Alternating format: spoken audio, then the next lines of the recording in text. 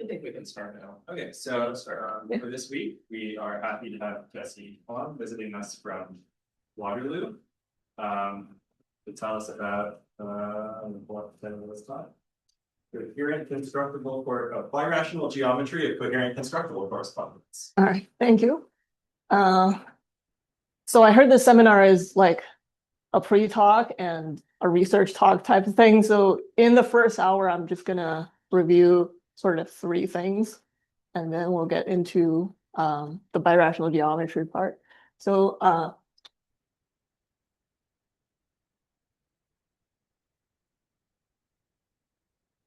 want to first talk about how to build exceptional collections on constructible sheaves.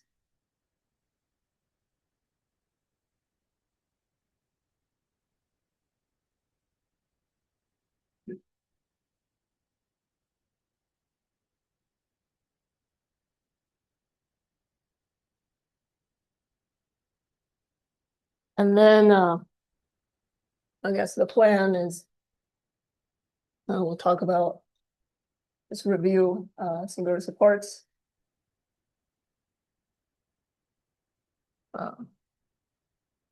And local dots. And then finally, we'll talk about FLTP skeleton and quotients. So I heard Ben taught a course on coherent-constructible correspondence, which I guess covers this FLTP skeleton part. But I want to emphasize this aspect with quotients. Okay, so that's the plan, and I'm going to start with one. So I'm going to tell you how to build exceptional collections of constructible sheaves from a stratified space.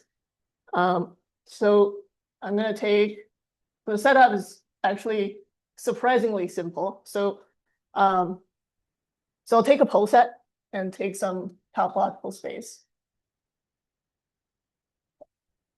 Now, some setup you can do is that you can use the pole set to stratify the space. So with the pole set comes with a natural topology. So an open set inside this pole set would be like upwardly closed with respect to the pole set ordering. And so I can use this to stratify X, where the strata are indexed by the pole set. So by that I mean a pole set stratification, a P stratification on X is a surjective continuous map with respect to the topology on the pole set that I just mentioned. So you can just imagine that you have a map like this that kind of decomposes X into several different components, and each one of them I can regard as like a stratum on X. So this definition slightly generalizes like kind of the definition of stratification people typically use like in differential geometry or talk about Whitney stratification. This is slightly more general than that. So with this definition, like the notion of exit path comes very naturally. So an exit path, so P exit path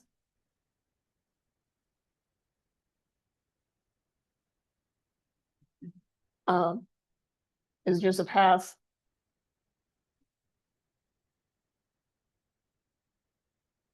in X such that, well, F composed with gamma is non-decreasing. So there's a path that goes through a non-decreasing number of strata. So I think I might have forgotten to turn on my microphone.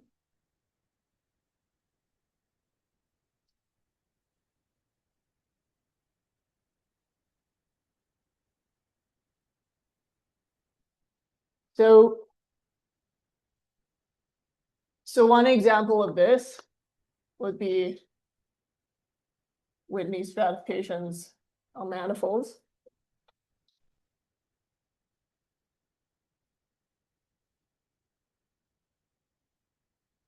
Whitney stratified manifolds.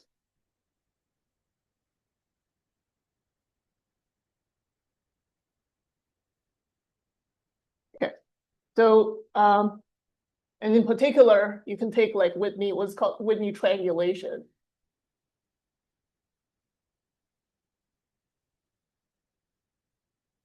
So essentially, it's a particular regular CW structure on the manifold where like you have different cells glued together to form the manifold, where the boundaries are glued homeomorphically onto the image. And so here we have the pole-set relation. So the way we think of this thing is that there is a natural pole-set relation among these cells. So the strata pole-set has a relation as the ordering given by just this thing called the axiom of the frontier. So if you have this pole-set relation on the cells, if and only if the closure of alpha the closure of E beta intersected with E alpha is non-empty. So, well, if you're in this setting, like this implies that like E alpha is entirely contained in the closure of E beta, but like more generally, you could have stratifications that only satisfy this kind of condition, and that works too. And so with something like this, you can also consider any coarsening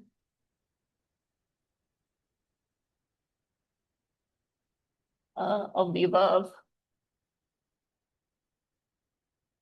So maybe I'll be a bit more general, maybe. So any coarsening of, let's see, let's do this. So if you have any quotient,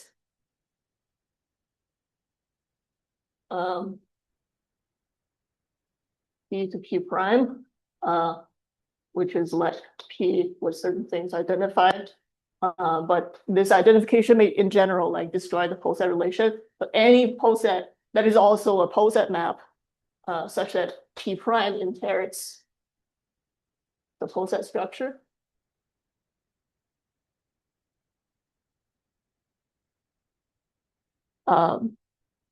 Induces a coarsening. A coarsened pole-set stratification.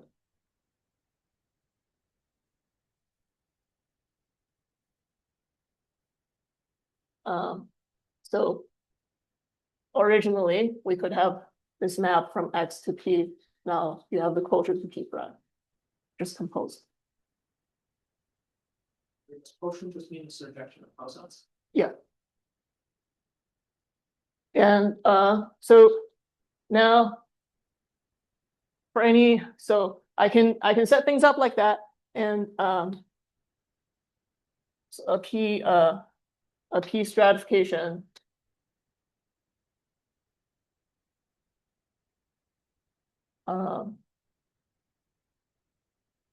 is exceptional if each stratum is contractible to a point. Okay, so this kind of goes into the definition of an exceptional object in a derived category, where if you take like sheaves, take like the constant sheaf on the stratum like this, you take the self hum, then it would be just k in degree 0. So So some examples we can draw.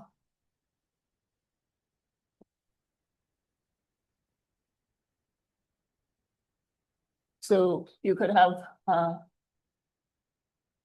S1 decomposed as this, right? And so this is a poset stratification, and you can think of like T2 with this decomposition.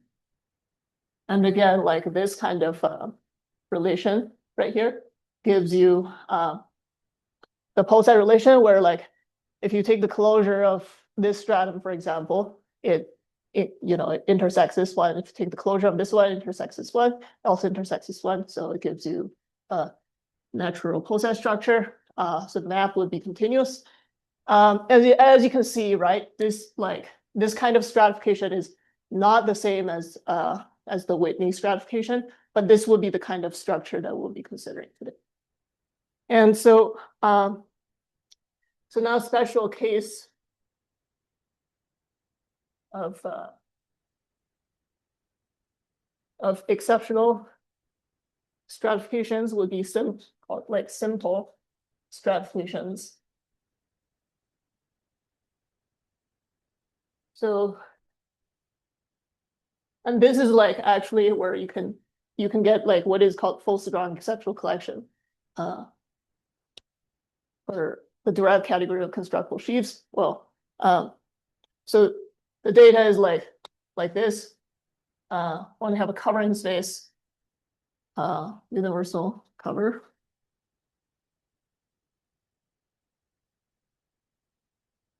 And you want exceptional stratifications on both X tilde and X compatible with chi.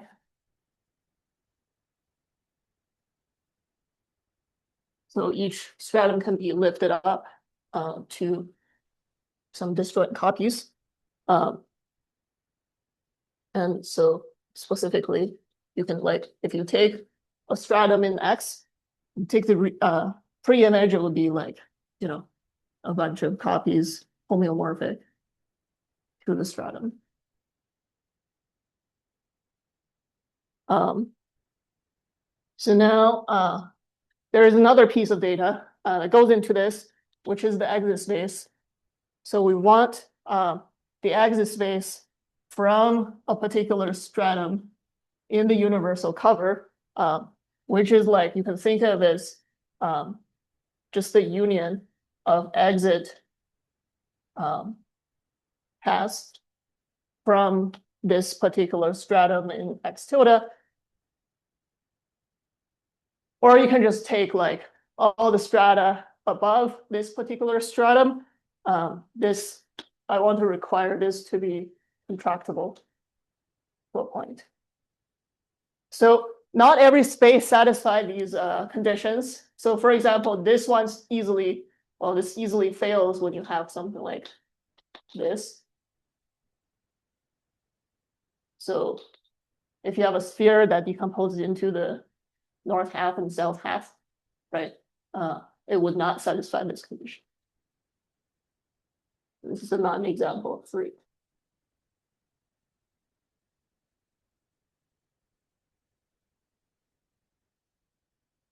So, okay, now.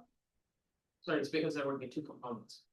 Yeah, 2 components. So, okay. So this is already contractible. So the equator is also. No. No. So if you consider this, so I can label this like, I can just like decompose S2 as this. And like, now if I take the exit space from like, for example, this stratum, it will be the whole sphere. It wouldn't be. What's the which one is, the bottom one is bigger than the top one. So the top one is the upper half of the sphere, including. Yes. The equator is included in this. You can refine this to you can refine this. You can definitely refine this to something like this, right? It still wouldn't satisfy this condition because you're dealing with S2. So, It has a pi1, but it has a universal cover which is self, but like it's not, the exit space is not contractible. These are just copies. So I'm thinking of like just exceptional stratifications on both spaces where like, you can like the strata can be lifted up. So these are like the copies of pi1. Yeah. But, No, it's just the confusion of the still be universal power, but then they don't make us. I'm sorry, still be universal power, but then us still be something in house. yeah, No, it's in external. this is in Below to the is contractible. Oh yeah. This no below that X should be an X tilde, right? Where? Here. Oh yeah. Sorry. Yes.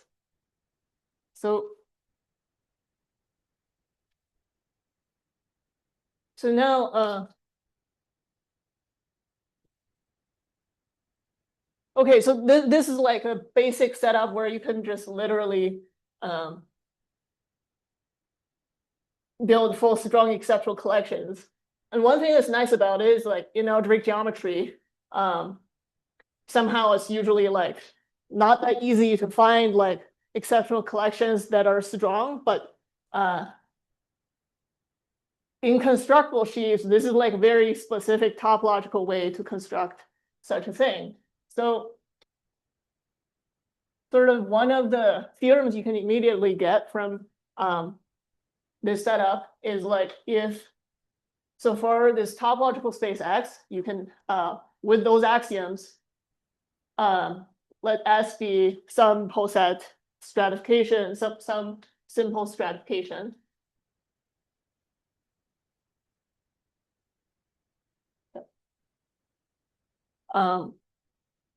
So what we proved is that something called strong exogamy theorem holds for this kind of stratifications.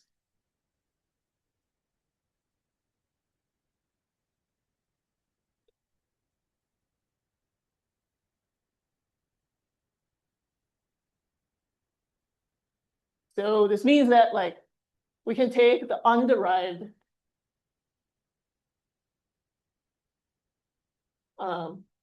category of constructible sheaves.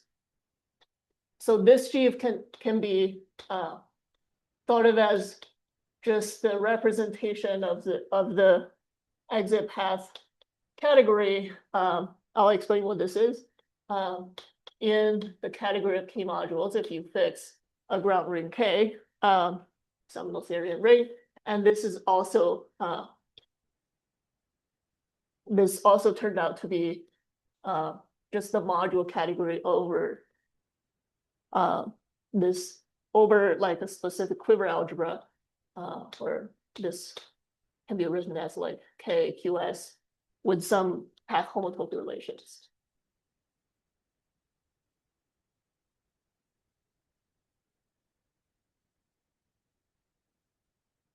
So what this category is, this is very simple.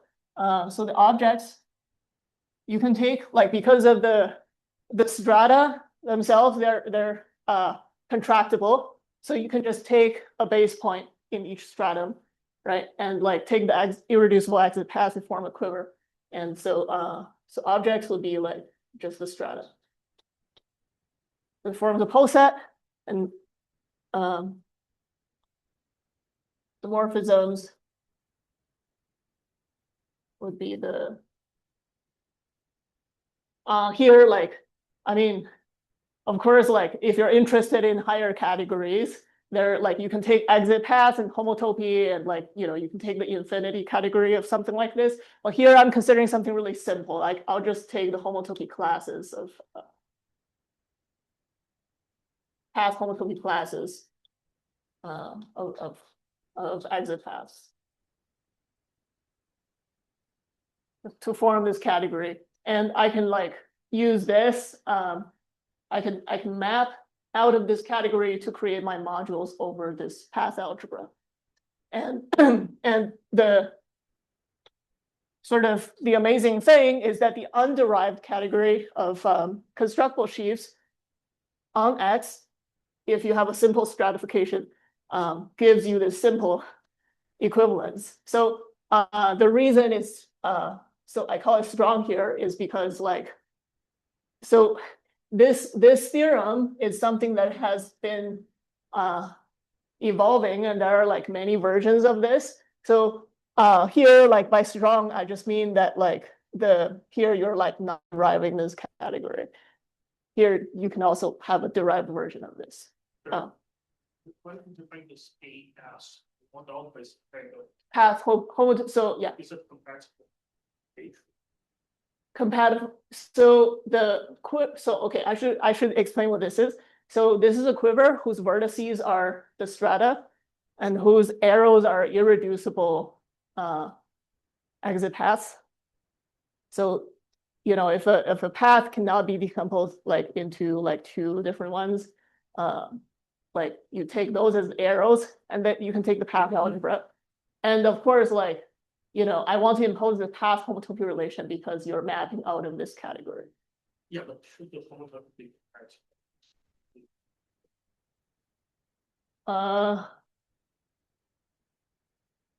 yes, I think homotopy through exit paths, yes. Okay. Suppose the thing of these conditions that you put on the left-hand board maybe is something close to like there's as you say, there's an exodromy theorem that's true, like in the fully derived sense, where A0 is some kind of derived algebra. And these conditions on the left-hand board are something like the conditions you need to ensure that A0 is actually concentrated in degrees. Yeah. No, I don't think so.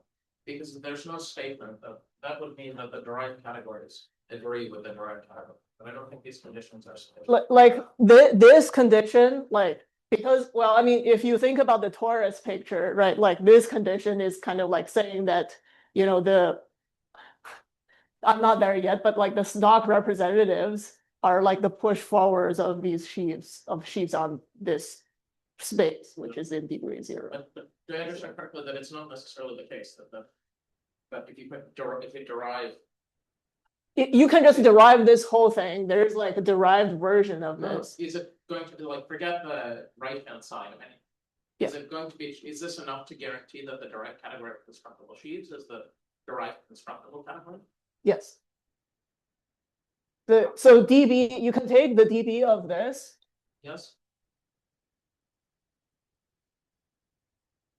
And so in particular, you're telling me if I take the exit path category as an infinity category, then it's equivalent to an ordinary. This is not this category I'm taking. This is not anything. Yeah, the question is these conditions enough to guarantee that the infinity exit path category is actually just which is roughly the same as that was the derived category is the, but I don't. Okay. I see what you're. I don't know, but I can probably point to a reference, like, you know, there's a paper by Peter Hain and collaborators that discusses like exactly sort of what is happening when you take the infinity categories. No, I'm not asking about the infinity category. I'm asking, is it true that this condition guarantees the infinity category is actually to one? Yeah. Like I thought the answer was yes, because this is saying that the exit paths is saying that no, but you need exit paths between compatible business strat, not to arbitrary lower strat. No, I picked the base point. But the strata are all like, contractible or no? No, but strata are all contractible. So like roughly the palms in the exit path category are the links between two strata. Yeah, well, I think that nothing in order to be an ordinary category, those need to be. Yeah, the homes, but the homes in the exit path category are the spaces of exit paths from one strata to another. Yeah, that's right. And this is saying that the space of exit path from one strata to all lower strata combined is from that, but not to a particular one.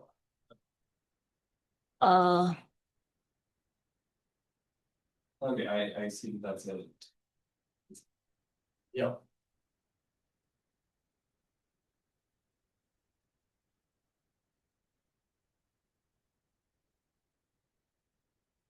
So The question is, does your theory get anything more if I strengthen the restriction on the bottom to saying that the exit path from any strata, any S tilde to any other S tilde is comparable? Oh, Yeah, that would be the. oh, That's oh, the that, definition for the exit path category, to be an ordinary path. It seems very similar to this. yeah. So you So, don't have to figure this out. yeah, It's yeah, different. sorry. You can take something that satisfies this and stratify that complement. I mean, I think there's like extra, I mean, like, so there's something technical, I think, like, so observe, like, I could recall, like, which is like, you take the union of, yeah, it's like you take the exit space from one of them and then like subtracting like all the next ones and somehow like, do you want that to be contractible? Or do you want like, I mean, the thing that I want to be contractible is, again, you take two adjacent things in the poset, mhm, and you look at the space of exit path from one, where you start at one and you kind of go to the other. You okay, pass through nothing else. that There's one, a space like this, and the requirement, the question would be whether that is contractible. here, well, in all, so, What's that? There's no restriction on the post.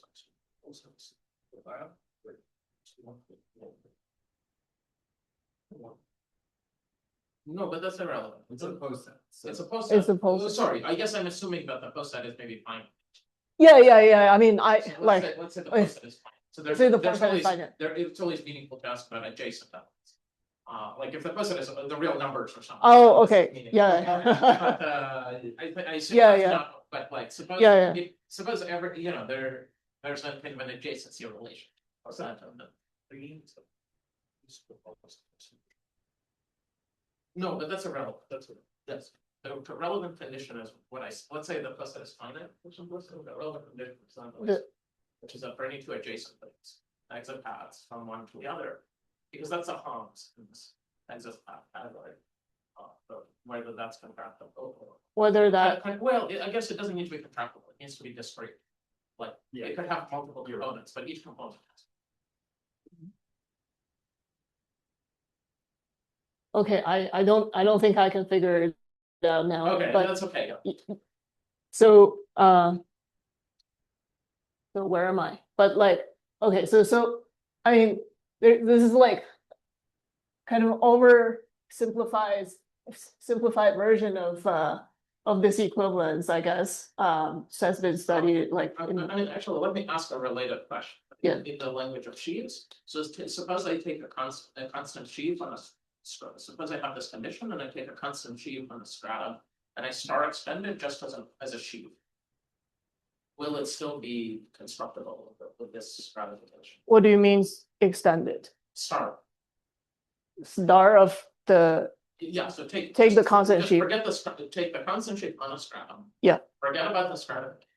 Take the star extension just as a sheaf on a topological space without any regard for the stratum. Will that still be constructible? With respect to some refinement? No, this particular. This, no, Okay. no.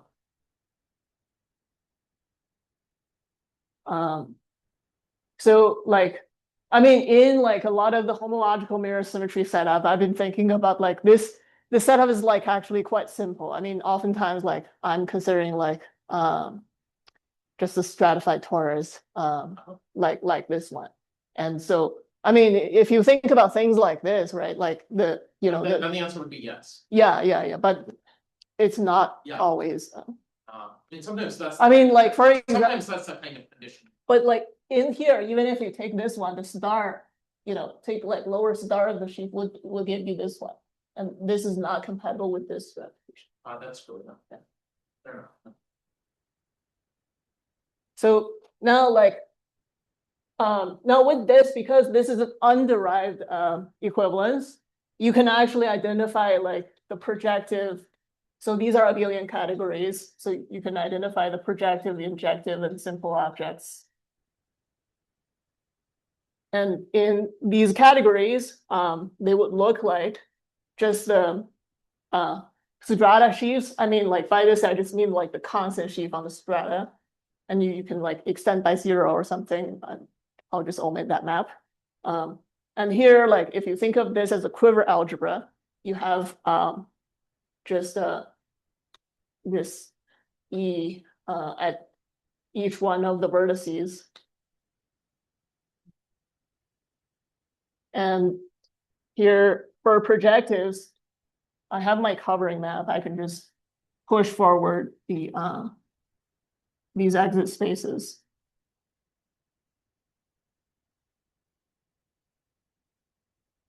And well, for injectives, it's like you have to go the opposite way. You have to go down instead of going up, like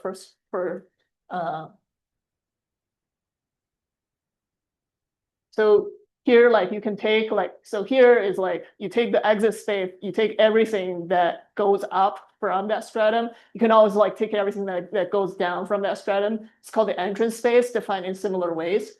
So you can take any of them and just take the entrance space and then push it down. Start them. Yeah. So now well, here for quivers, there's obviously this projective module, and the injective module is like this, where the star is the Huang implicate. So now with this, like, you know, one thing that you immediately get is that when you take these, I'll just call this like P alpha. So these P alphas, so if you take the dB of this category, this category has a full strong exceptional collection.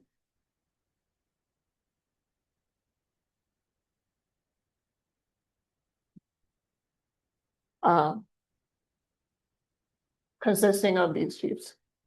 And where full just means these generate. Strong here means there is no higher, no hair harms.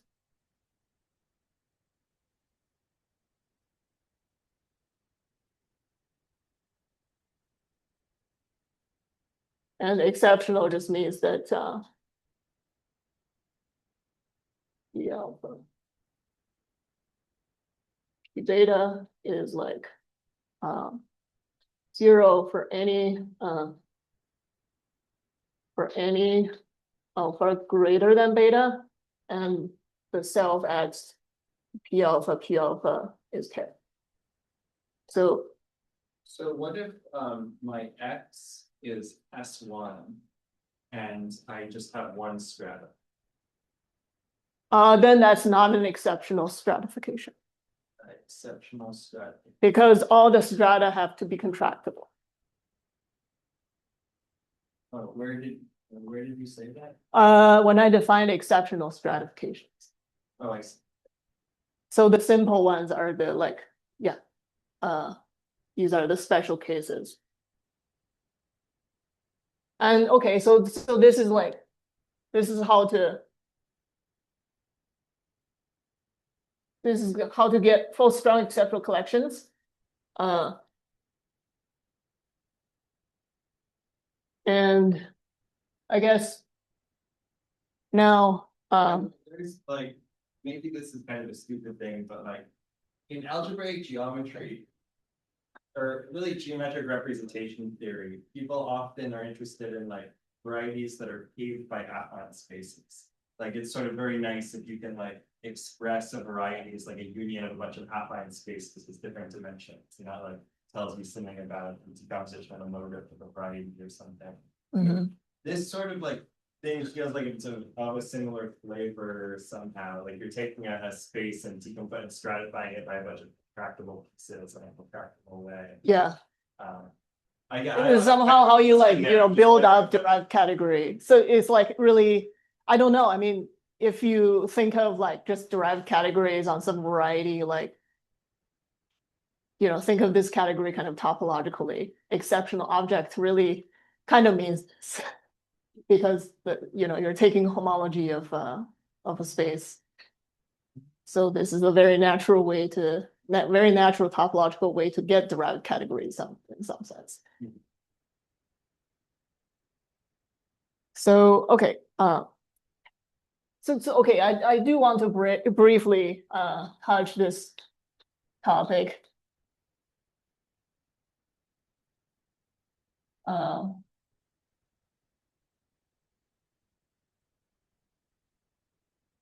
So I don't know, like maybe like people here have like heard about it already. So here I'm gonna assume sort of like what is typically assumed when you want to do something like this. So instead of like taking a topological space, kind of like I want a manifold that's nice enough. So I want a smooth manifold that's smooth, like real analytic manifold. And I can take, so here, I mean, forgive my notation, like here, when I write something like this, it's already derived, so I can take like some complex of sheaves on this derived category of sheaves on X with respect to some like unspecified sub-analytic stratification that you could think of. So there's the notion of the singular support of a sheaf.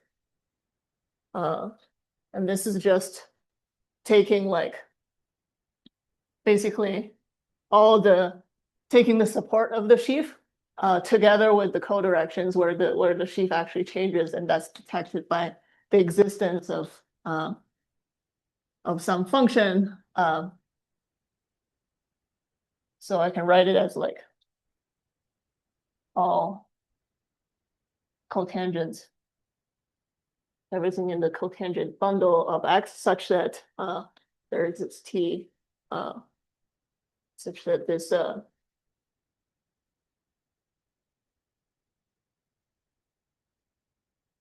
cohomology sheaf in the sublevel set on X is not zero, where I require d phi x equals b. And then closure. Okay, this is a horrible definition, but like I think this is this category. So okay, if you want, you can take like some unspecified, you can take like, okay, maybe it's better to do this, like take some sub-analytic stratification and take the sheaf of that, of some stratification.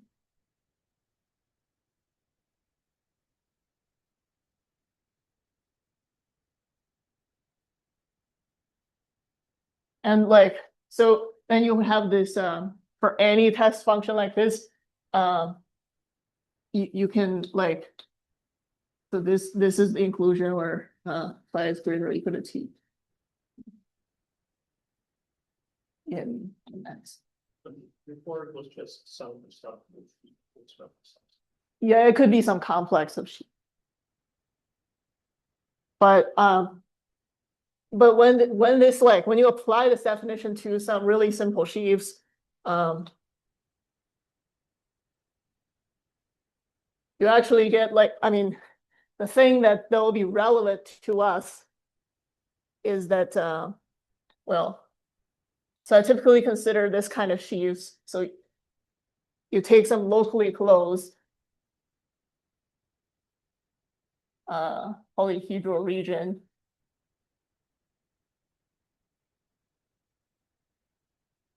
In this Rn, so I'm gonna abuse the notation, just write T as like the extension of the sheaf, of the constant sheaf.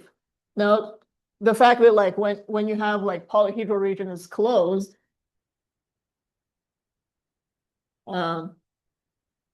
the singular support of this sheaf would be the exterior conormal of P. Well, you take P itself, where on the boundary of P, you collect all the conormal data as pointing out. And if P is open,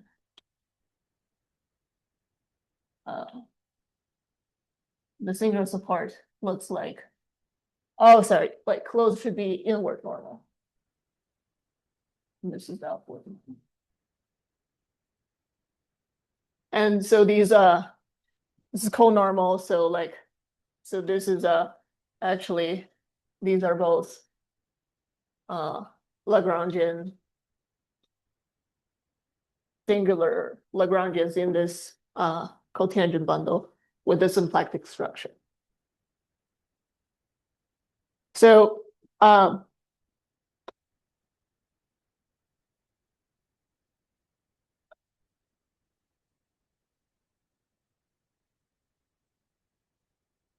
okay.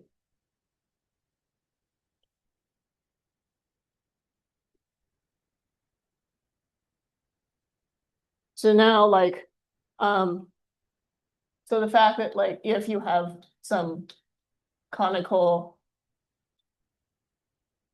Lagrangian in the space, I can always consider sort of this category where I take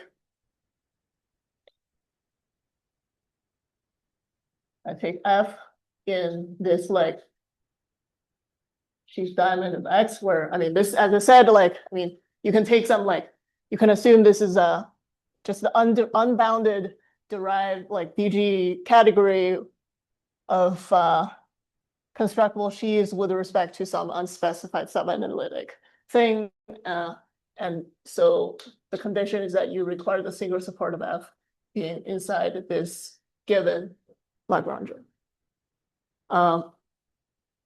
And like, so for now for any XV,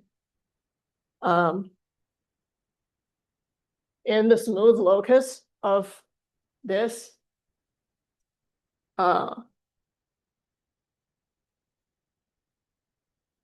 so you can take like this functor in the definition of the singular support, can just like define the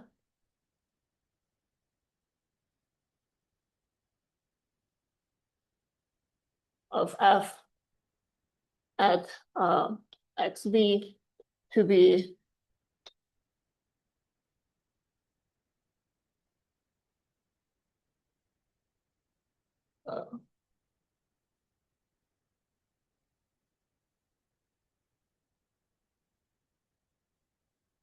so microstop functor, I guess. This applies to any sheaf, and this takes a sheaf that goes like this to K modules, where you can, it doesn't matter the choice, you can just like for any phi with the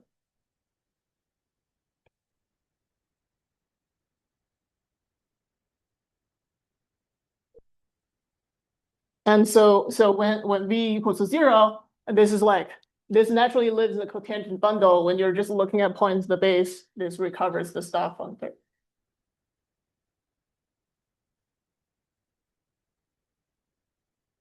Okay. Now, like one thing that's important is that there is a generation result of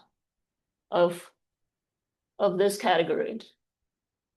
So one can consider two set of compact generators of this. One is that you can take like the direct sum of like representatives of these micro stocks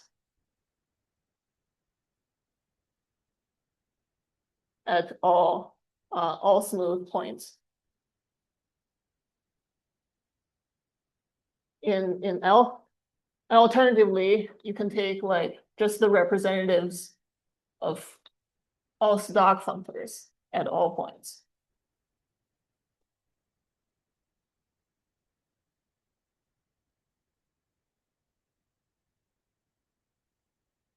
And like, so basically these are two different set of generators. And for the setup in the, I guess like I'm talking about, I'm gonna take this set of generator. So for simply stratified manifolds, we have this nice result that like, if you have, so how do I know that like the exit sheaf is a projective object? I knew that because like, if I know one thing, then I know it's projective in this like simply stratified manifold setting. So for simply stratified manifolds,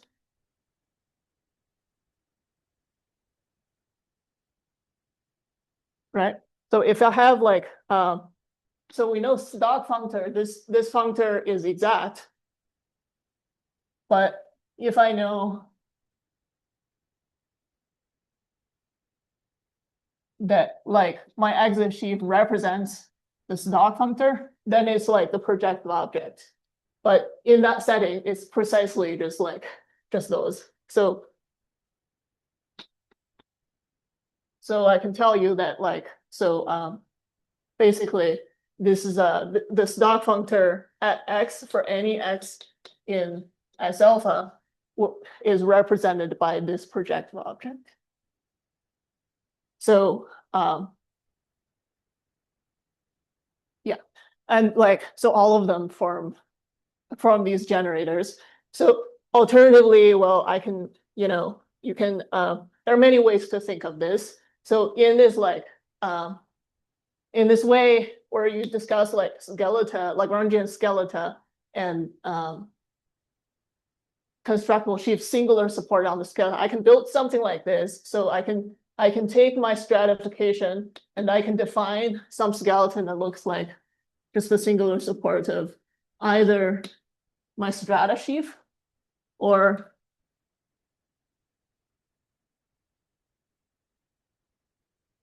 my exit sheaves. And this is going to give me a Lagrangian. And now like I can rewrite my dB of this as just a, I guess there's a constructible, just like say compact objects in here. Here, there was additional instrument of the first specification of subanomalies. Sorry, Here, your additional assuming that their specification is subanomalies. yeah. I mean, it's like simply stratify satisfying all the additional assumptions. No, of but it. in principle, they can take something with defined as a flat functions satisfy all the assumptions. But then it just Then it would be something complicated. Then like, I mean, if I want to discuss like this, then I don't have a good way to describe like what's going on with the, like, so, I mean, ultimately sort of like, this is the category I want to think of. And if I just have like some, yeah, I guess like in general, like, can you build a skeleton using some stratifications, just like some, I don't know.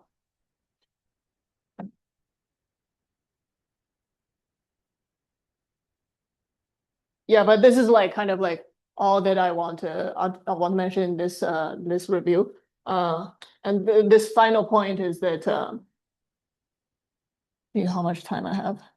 Okay, so this final point is I guess it's more relevant to toric geometry, which is FLTD skeleton and quotients. And so well, I guess like I'll just briefly mention how I want to set up the FLTZ skeleton for simplicial fans. So if I take just dual lattices.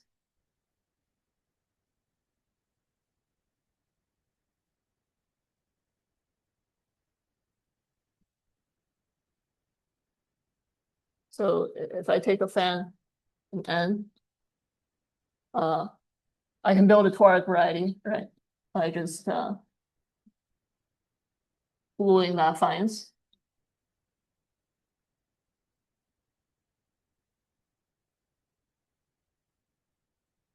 So this is how we construct a toric variety. And so when this is simplicial,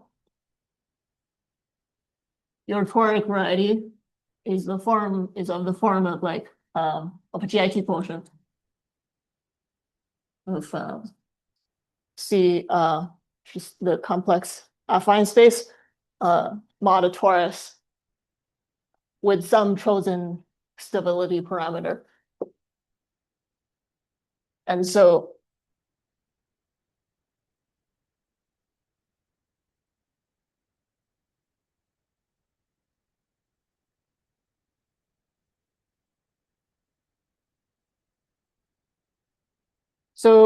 okay, so basically now like I want to talk about toric variety or FLTZ skeleton from this perspective.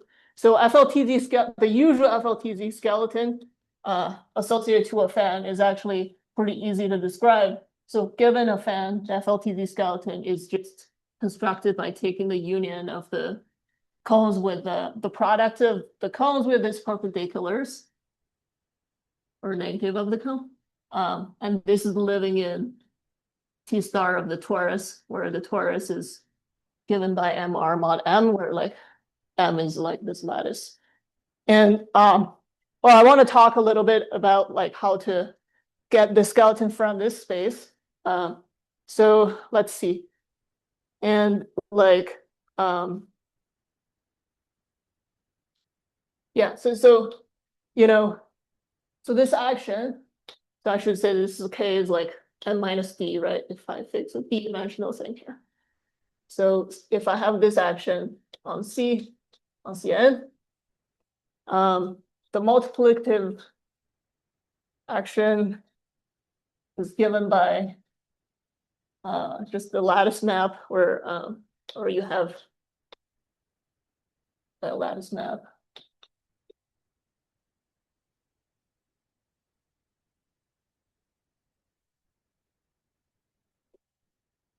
Where you just take the weights of collect the weights of the action, and this forms a matrix. And well, this map may not be surjective, but it doesn't matter. Like if it's not surjective, you can just like recreate another lattice and replace this lattice by the co-kernel of Q, and then that will give you, well, I guess like in general, it's just to write this. Right, M is the kernel of Q, and then have short exact sequence, right, of lattices. It looks like this, and dually, we can just like dualize this entire thing.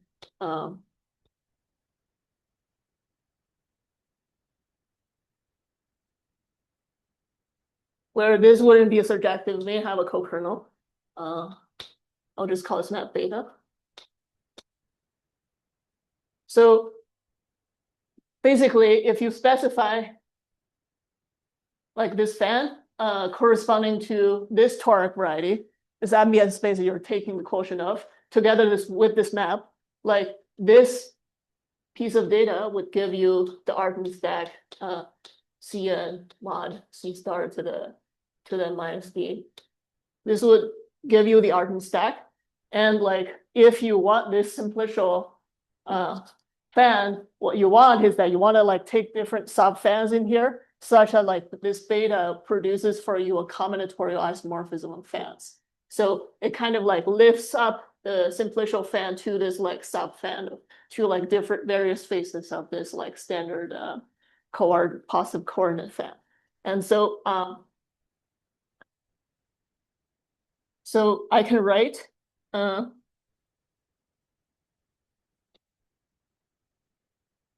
I can write this guy. This is just the fan for Cn. Tell me if I need to stop for the break.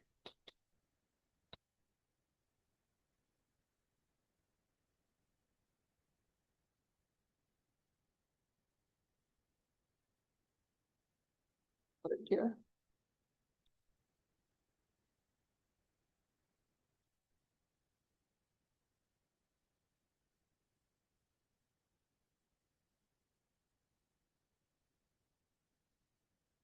There's the positive span of things where I ranges from all subsets of this set, like from 1 to n.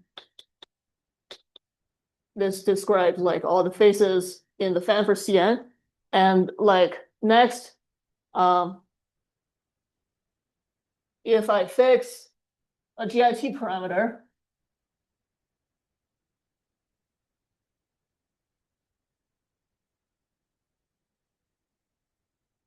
so if I fix for any L in this LR,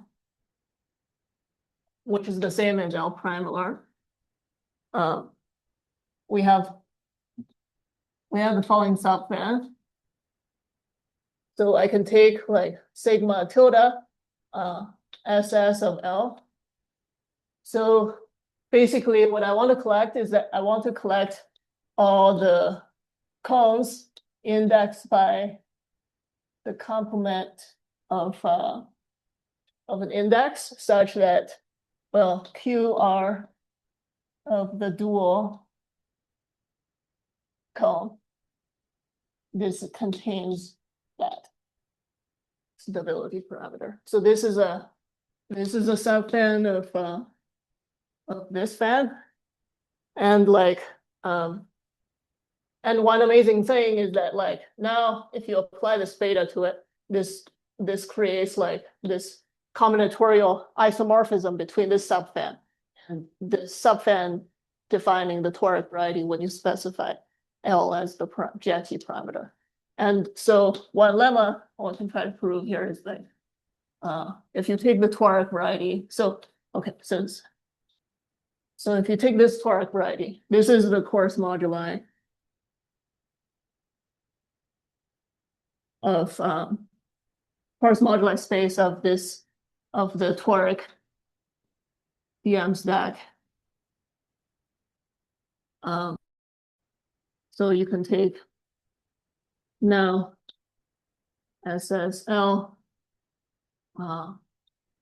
mod by the same group.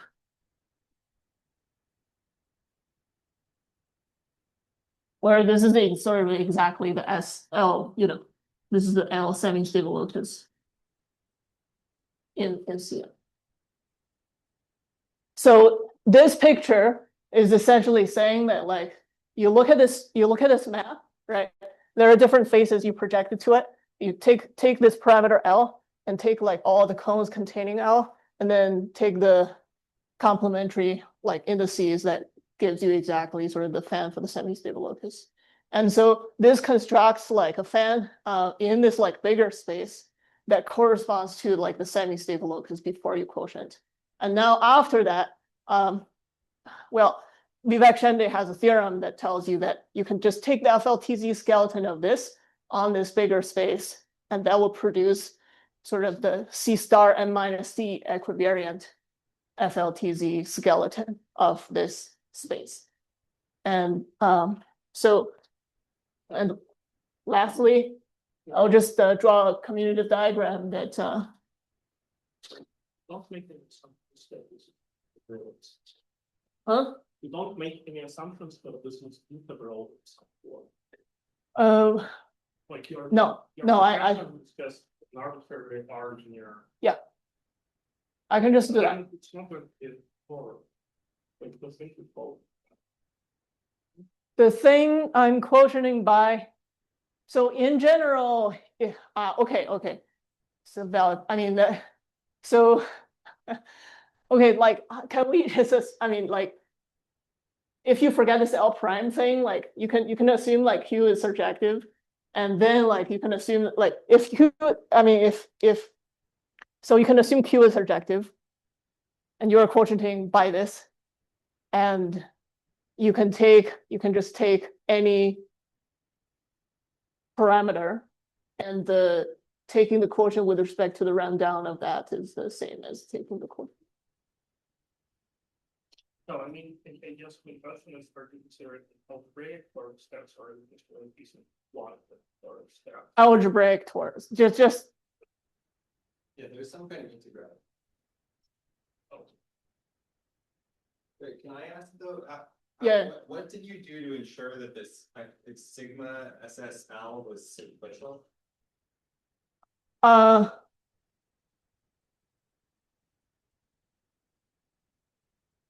So every face of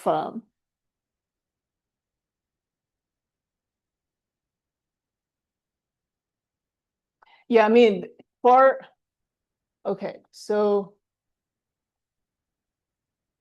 every cone in here is just given by like a bunch of indices, right?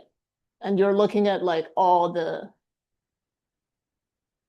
essentially kind of all the indices that contains this, whose complement contains this parameter. So it's like, you know, you take this L, and there's like a bunch of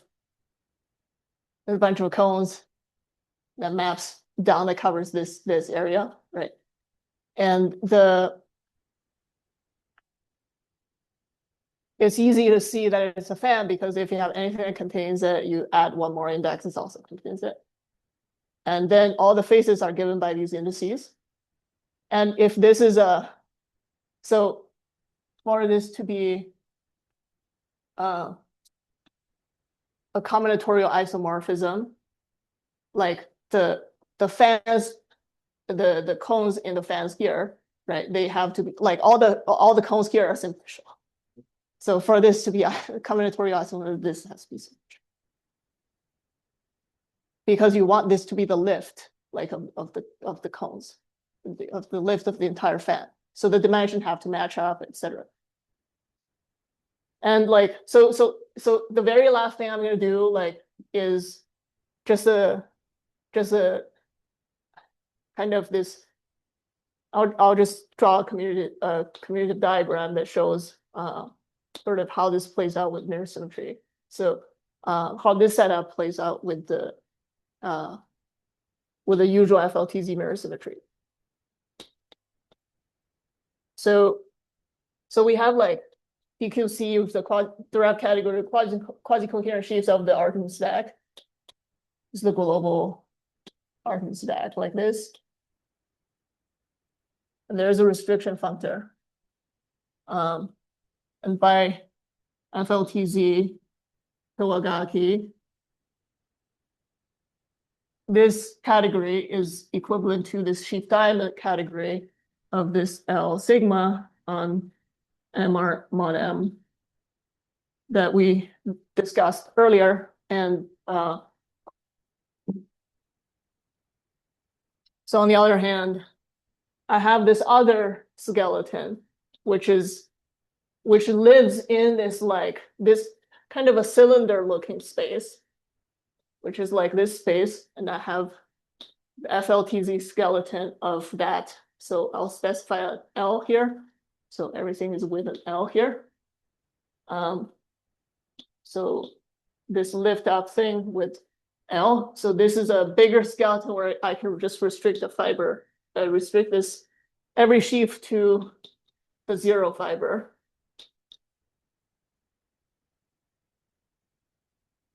To the 0 fiber. Or the 0 fiber is just you get this torus right here. And this is an equivalence by a theorem of Vivek Shinde. And now, okay, so now what do we have here? So we also have the FLTZ skeleton associated to the Artin stack for this space right here. So everything is with a diamond here. And you have kind of like, now here we're just talking about equivariant mirror symmetry on this affine space. So this is like just the modules. And also the sheaves here are also easy to describe. This diagram completes where O of D goes to O of D goes to these like so-called twisted polytope sheaves. Where here you can restrict from like these microlocal stock representative to zero fiber to get the twisted polytope sheaf. And these sheaves can be, so this functor in symplectic geometry, this is called the stock removal functor, where you take a smaller skeleton and you just wrap this sheaf to here. We are probing at the same point, and then like take the stock representative, but they're different, living in different categories, where you apply this functor to this object to get this object. And so basically, this is something one can observe. I don't know a specific place where you could find this, but I wrote something in my thesis, so like I believe, you know, this is how it works. So this is kind of this perspective of FLTZ mirror symmetry from quotients. Okay, so are we gonna take a short break? Yeah, so we can take a short break now. There's tea downstairs, I believe, if anyone wants. Is there still tea? Is it sometime? I don't know. Let's see. There may be tea. In this part 2 of the talk, I'm gonna focus on Cox category and coherent constructible correspondence. So again, like this construction is gonna appear probably toward the end, but so if this is like not quite understandable, don't worry about it. Okay, sort of the motivating question is that if you have a toric variety. Can you say, sorry, before you say this, what was I supposed to get out of this left-hand board? This board? Yeah. This is just telling you that you can get like the usual mirror symmetry, FLTZ mirror symmetry, which is here, like by just applying the GIT quotient construction and like Vivek's equivalence, it kind of like adds up. I see. Yeah. You're telling me Vivek's proof of mirror symmetry, which is go around the square of the other. Yeah, you can say that, but like, you know, it's like that only demanded that I start by knowing mirror symmetry for C equivariant. Yeah, and like so you can literally just like start from this correspondence, which is a lot simpler in some ways, and you compute the stock probe sheaves over here, which is like simpler than over here, but over here you can describe it using the check complex. You can restrict that and get what you get is exactly the twisted polytope sheaves. What step did you use with the famous, or what step did you sorry, over here? So what step did you assume with the famous? For this to be an equivalence. Yeah, but no, I mean, where in your, where was sigma L? Where did you require the families? This. No, not why, but like, when did you require the families? I mean, I assume. Well, the next construction, like everything up until that I upper star, you could do with a non-simple. You can do everything here with a non-simplicial fan, but when you restrict, you may not get an equivalence. No, I know, but before that, yeah, but before that, you could have used a non-simple. You can do that, but then what is if you don't have a simplicial fan? You have like. I was just asking, so you always require your fans. You were basically, yeah. I mean, if you want to run this story, you're gonna assume that. Yeah, although I might have wanted to run part of the story, like the part that didn't require a simplicial.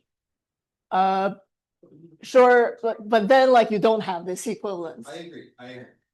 Then there's some other functor. It's the thing I was telling you about the line with two origins. Like there's actually some very interesting cases where you want to not allow yourself a simplicial. Yeah. Anyway, But like, Yeah, I mean, the fact that like, I mean, I guess like the key is just that like if you have a simplicial fan, this story runs through where this is an equivalent, so you can just periodize your skeleton. And like there are really several ways to think of it. It's like you can take different fibers, or you can like, I think like, there is a way that symplectic geometers tends to think about, which is like fix this torus and move the skeleton. But like I tend to think of like, is as family, like of this space like over R. So this is like skeleton over R. The skeleton moves as your fiber moves. So either way. So okay. So so the motivation, okay, what does so the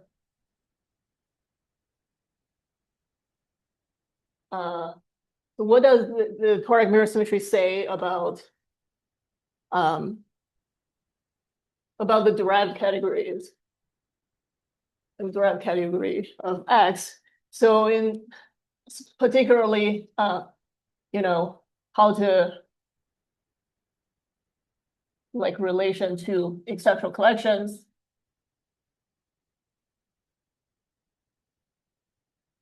And also if you have a variation of GIT of toric varieties, like in this story, you can change the parameter L that would produce for you different toric varieties. So if you have two toric varieties related by this birational transformation, how do you compare dB of X with dB of X prime? So the result of this Cox category paper, so this is joined with Ballard, Burkish, oh my God, Brown, Cranton, Heller, Ehrman, Favero, Hanlon. So you ended up last despite still having an initial Well, half of the alphabet, exactly. which is impressive on It's impressive, right? This is like A, B, C, D, E, F, G. You're missing like A. Yeah. So, okay, I should say that thankfully I have this like I kept this board here. So the thing is that there is a fan structure over this space, this real space here. As you vary L, this fan structure would change. And this induces a stratification on this space. There is a fan structure called the GKZ fan, which like, on each like cone of the GKZ fan, you get the same fan, like semi-stable fan like this, where if you take L to be generic, meaning that if you take like L to be in the maximal dimensional cones of the GKZ fan, then you get like these, then this would be a combinatorial isomorphism, otherwise you get something bigger. So now, okay, with that said, let this be taken, so, okay. So, if I take the derived category from all chambers of this GKZ fan or GIT fan, they're gonna glue together fully faithfully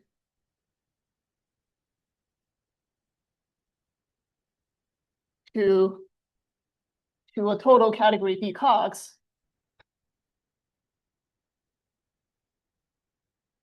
B Cox, which like where the King's conjecture holds.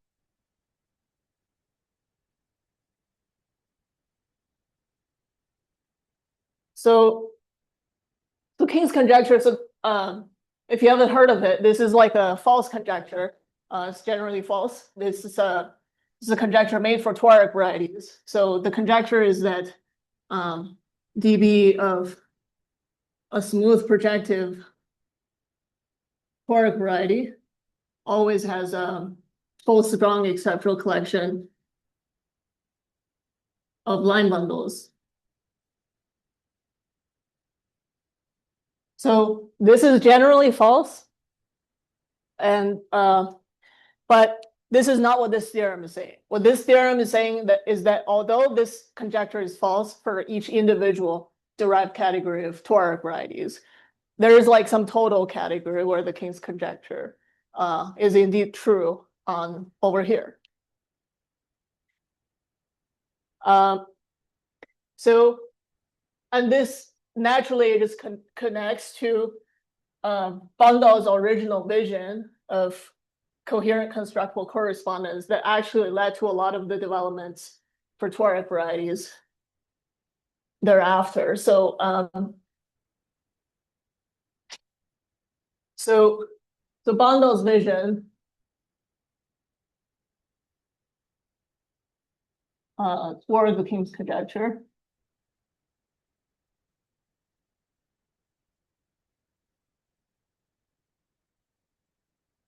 is the following. So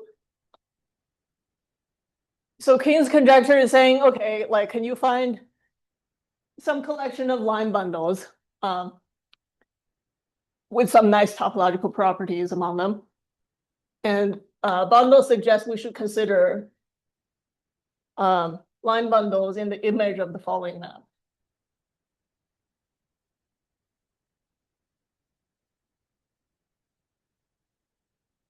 So I discussed these short exact sequences at the end of the first half. So we have M tilde, which gives you the total space of the GIT construction. And we have MR, we have this embedding, and we have this Q.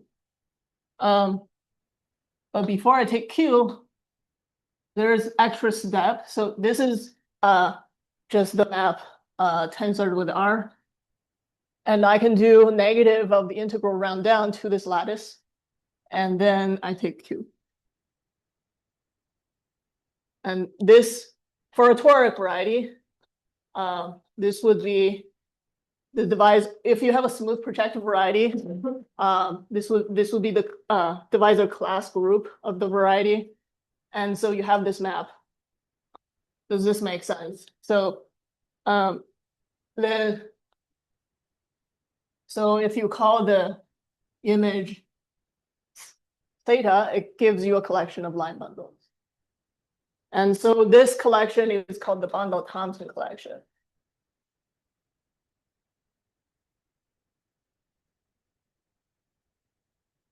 So kind of from my earlier perspective, if you think of this map, but restrict that map to the image, it gives you a poset stratification of this space. Right. So it kind of divides this Rn up periodically. And like each stratum is labeled by this poset. So now like this composition onto theta gives a poset stratification in the sense of the first half.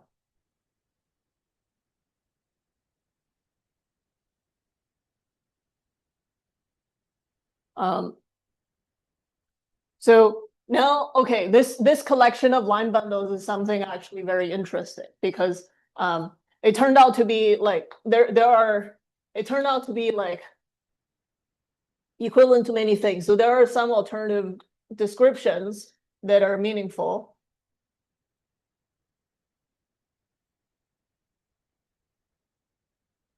So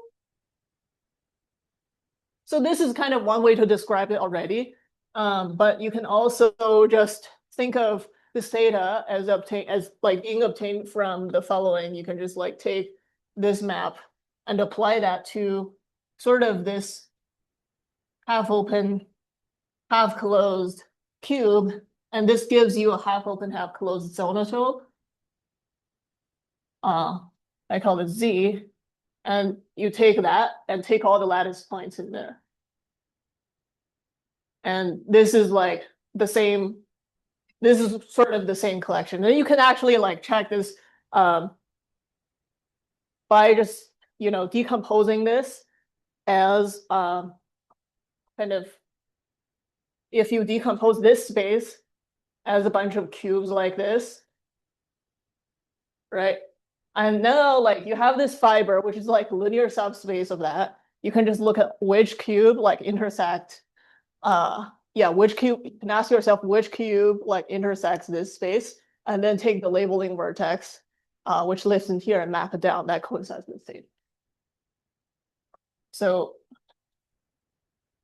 if you like take the inverse, take the pre-image of theta under this projection, you'll get sort of exactly the labeling vertex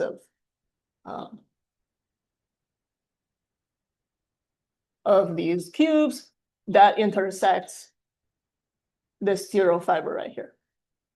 And alternatively, well, this is like actually not too far from another description where you actually like think of,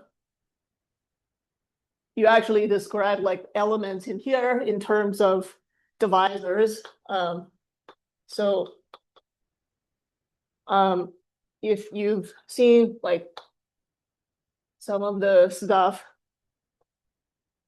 here before, like you probably recognize that this is another way to write theta, where like you take the equivariant divisors and then you identify this with the equivariant divisors and identify divisor classes, identify this with the divisor class of the toric variety. And then like what you do is that you take everything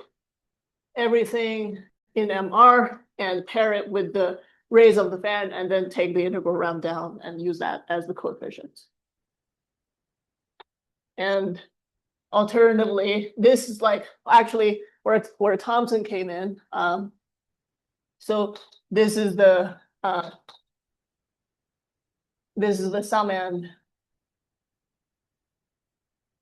of the Frobenius push forward of O on the toric right. So, okay. So there are like many ways to describe this specific collection of line bundles.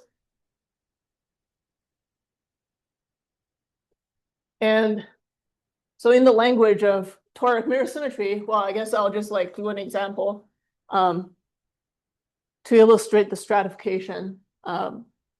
So this is like,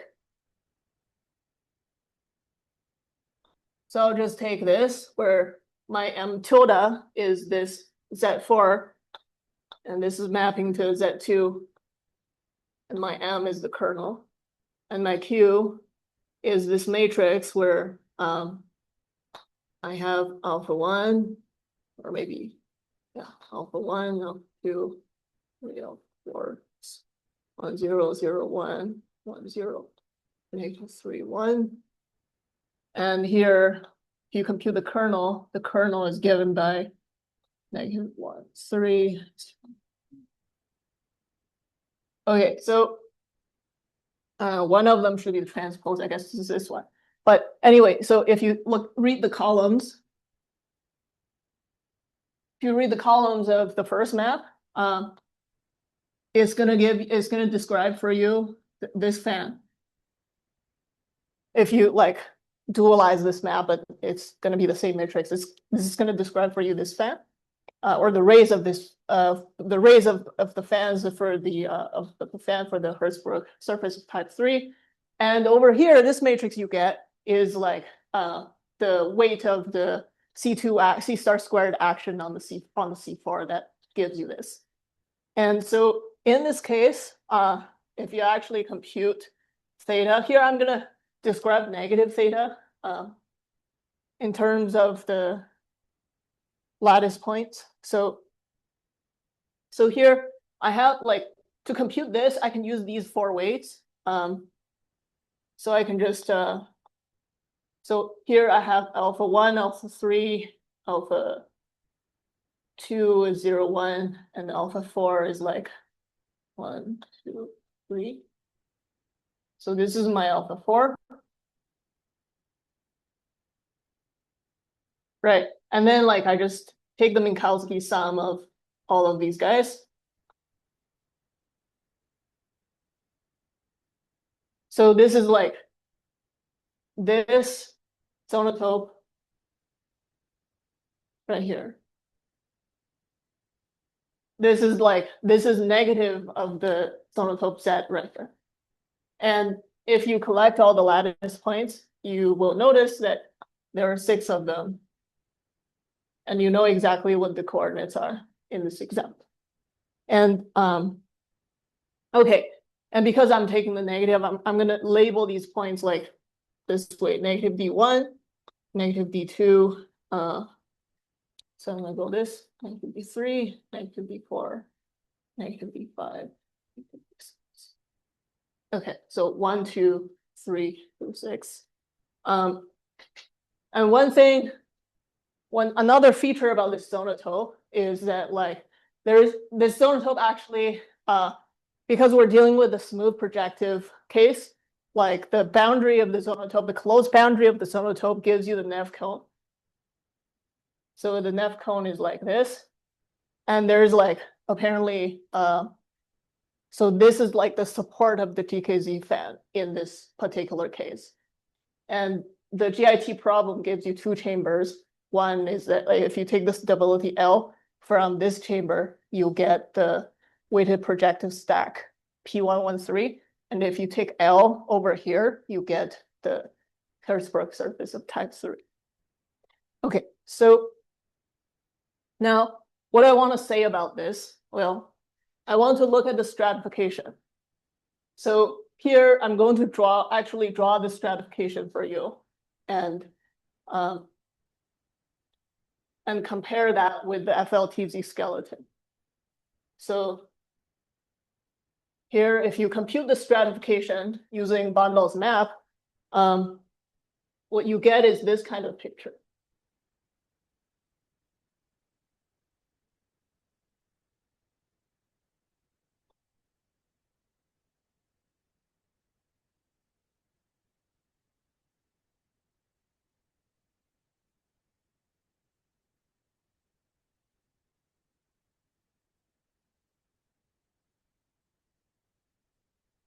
So I'm stratifying a torus. When you periodize this to the entire Rn, that's MR. So I have 6 strata here. And I'm going to label these exactly sort of as the things in theta. So D1, this is my SD1. This is my SD2. This is D3, D4, D5, D6. Does that make sense? And so now with this, you can also compute sort of the exit quiver, which is, well, the recipe is you just look at sort of the closure of a stratum and collect which one it intersects. So here you can draw this quiver on the torus.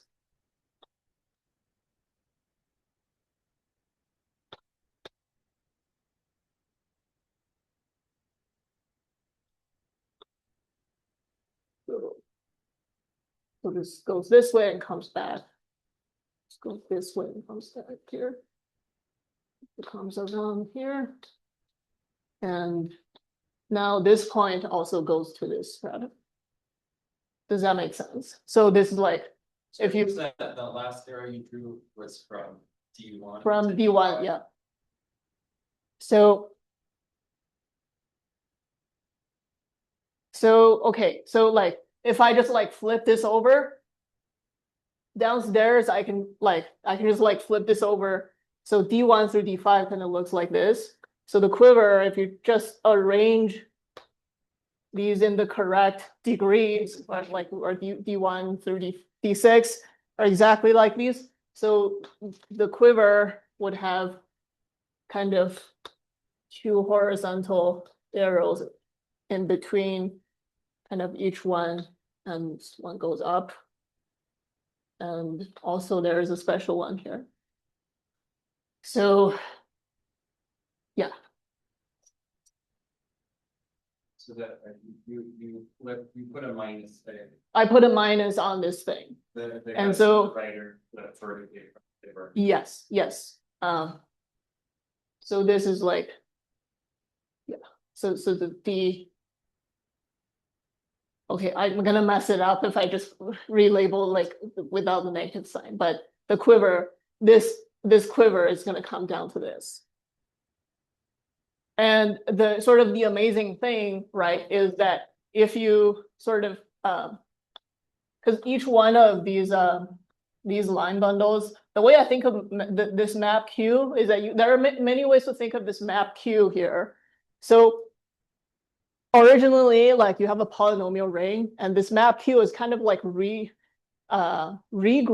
like each one of the variables. So each one of the variables, instead of like carrying the standard like grading, like z to the n grading, it now carries this like this L grading, in this case, like this double grading right here. And so here you are just computing the morphisms between those like equivariant modules of rank 1. So these arrows are actually kind of labeled by these variables. So you have like two maps in degree 1, 0. Here, as you can see, it's like you have two maps in degree 1, 0. And you have like this map in degree 0, 1, which is this map up. And you have this map, which is in degree -3, 1, which is like this direction. So you get this. One of the equivariant directions really the universal space in the post-construct. I'm computing the Huang between like R. So you have the equivariant module category with respect to this grading of the polynomial ring. That's just like modules, sorry, that's just sheaves of universal space for the post-construct. With respect to the standard action. Is Yeah, the yeah, computation of the endomorphisms of some line bundles on the line bundles on just on the CN, equivariant line bundle on CN with different twists, twisted by different characters. So you have like trivial line bundle in here, twisted by these different characters. And so the harms in between them are given by these monomial labelings. If that makes sense. So they're just like, these are labeled by monomials, and because they can be labeled by monomials, like they have to, if you compute the quiver of this, like they have to satisfy the kind of relation, or like, you know, where the composition, like if the composition of two arrows is given by the same monomial, they have to be the same paths.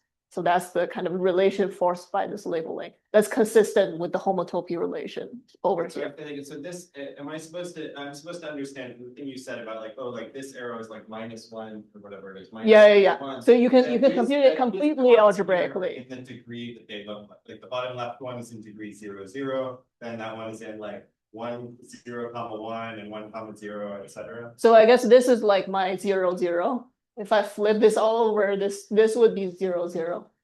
Right? So this would be 0, 0. But then the bottom left corner is -1, right? Yes. That's why those arrows. And so I think of like, I'm looking at like C4 in this case, with variables like X, Y, Z, X1 through X4. Yeah. and like, you know, X, and they have those four weights that you were in the weights of alpha. Are So- the weights of each of those are alpha Yeah. I is the weight of that stuff. Yes. So I've graded those variables by like each one by these double grading. And then like I can just compute my equivariant hum between the equivariant modules. And I get this quiver algebraically. On the quiver side, on the stratification side, I can just take my torus coming from the stratification of the torus coming from that map. And like I take my embedded quiver in this torus, and that coincides, that this quiver with homotopy relation in this torus coincides with this quiver with the monomial relation. So, and okay, so just so this picture I actually want to keep here, but I'll just say one thing. So in here, you get like, in both cases, like, I mean, you'll get like this algebra given by just this embedded quiver path relations.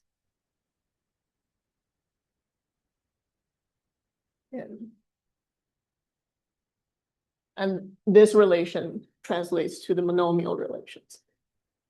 Okay, now I can erase this one.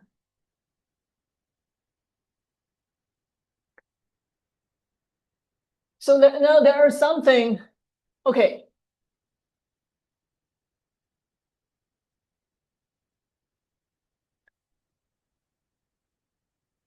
Now by this is a simple stratification. So like observation, this is a simple stratification.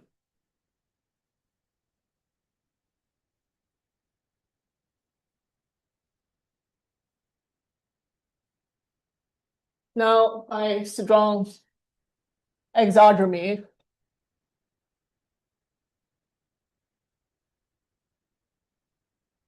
I have a full strong acceptable collection of this category.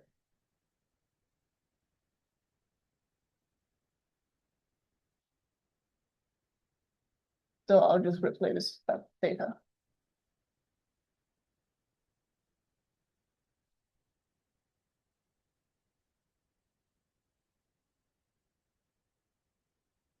Polytope sheaves.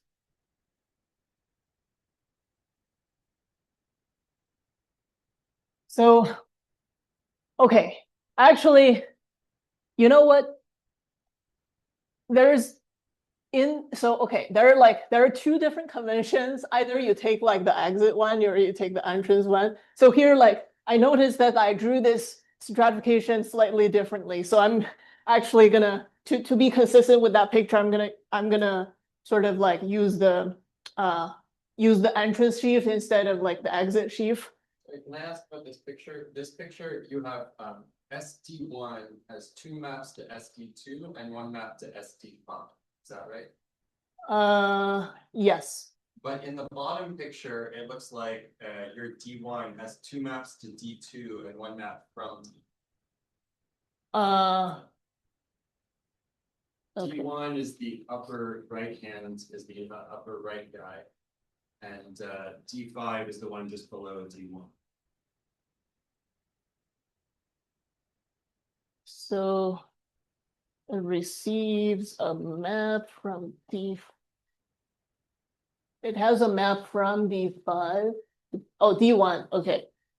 Sorry, I think that D6. I think D6 Oh, yeah. should be the bottom. Yeah, sorry. 5, 6. Anyway, in your picture, Okay. D1 maps to D5, but in the graph, you have D5 maps to D1. Let's see what's going on. Maybe sorry, just all the arrows are reversed. Is that right? The arrows in your picture are just reversed from the arrows in the graph. Is that it? Which is so let me see. Yeah. I think this is the terminal vertex. Yeah. This is the terminal vertex. Yeah. It's the initial vertex right here. Yeah. Yeah. Sorry. So,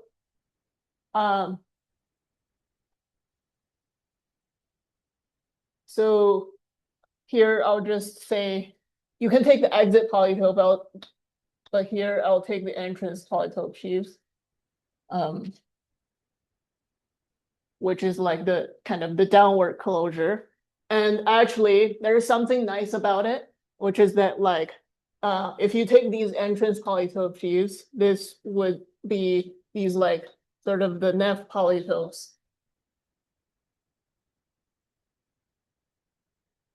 Where if you have some negative D, in theta, because this is negative degrees, so like D is in negative theta, which must be Neff. So you can write this as like a rho, D rho, right? And so this Neff polytope PD, each one of the PD it can be cut out by just pairing every U rho to be greater or equal to negative A rho, if you have a Neff degree. So in this case, actually, we can compute those polytopes. But before we do that, I'll just like say that because like in part one of the talk, I told you that with the stratification like this, you can draw its Lagrangian skeleton, and like there is a comparison with the FLTZ skeleton that you constructed from the fans. And here you don't really have like one fan, you actually had like two. So you can actually compare the stratification skeleton defined by taking the union of the singular supports of either those sheaves or the strata sheaves. But I guess like taking the singular support of these sheaves are easier than taking the strata sheaves, although you technically can do that too. And so, okay, so now if you actually care to draw this stuff,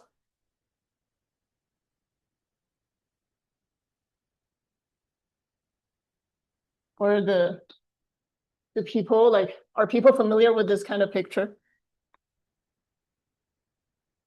Oh, good. So these are like the co-normal directions, so that, you know, they're like each one of these directions indicate like, you know, the kind of the direction, the co-normal direction to these lines.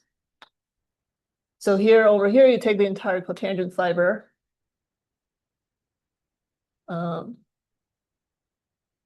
And now this wraps around. Okay, so over here, I have this. Right.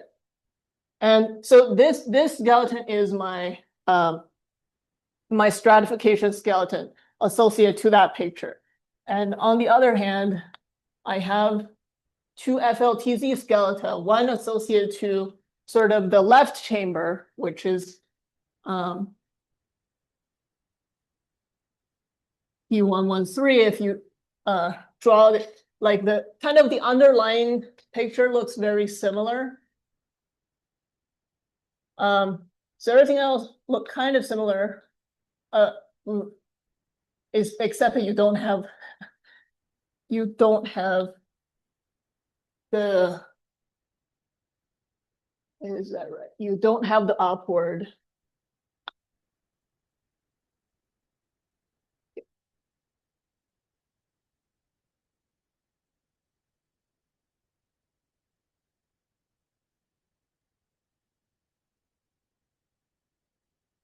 So you still have these bits.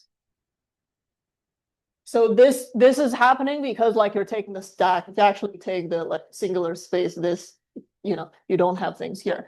But anyway, so the distinction between this middle picture and that, like this one on top, oof, and this one, I'm so sorry, is like this bit. Or everything else remains the same. Or on the bottom, I can draw this FLTZ skeleton with respect to this other fan, which actually has like this top array right there. So I would have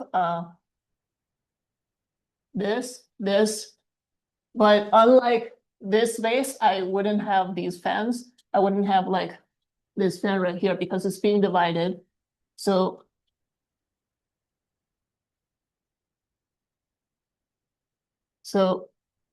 I would miss what's going on over here.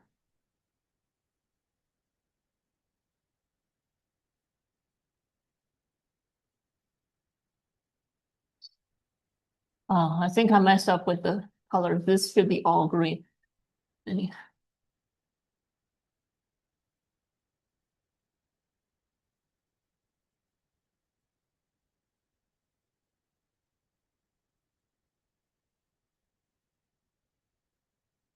Okay, so the sort of what's the difference is like, okay, here you have both, where for this FLTZ skeleton, it's missing these two. And for this FLTZ skeleton, mirror to this space, you're missing like this top bit. And this, as you can see, this skeleton is really kind of the union of the two. And so if you think about like what's going on in birational geometry, this kind of makes sense because, well, like your to get this space from this space, right? You're like deleting something and adding something else. And so this is kind of, you're deleting this bit and you're adding this bit, so to speak. So now I want to keep this picture now and draw the 6 entrance polytopes.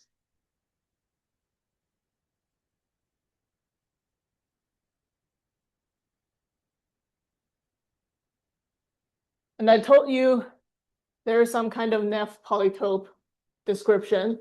So let's try to compute like, what are these 6 polytopes? So, okay, now if you take the downward closure of this, just this point, you get just this point. So that's the first one. And the second one is just this interval. And the third one, well, you take this and you take the closure, you get this triangle. So P1, P2, P3. And similarly, you can compute like what P4, P5, and P6 looks like. So I'll draw these. These are all closed polytopes.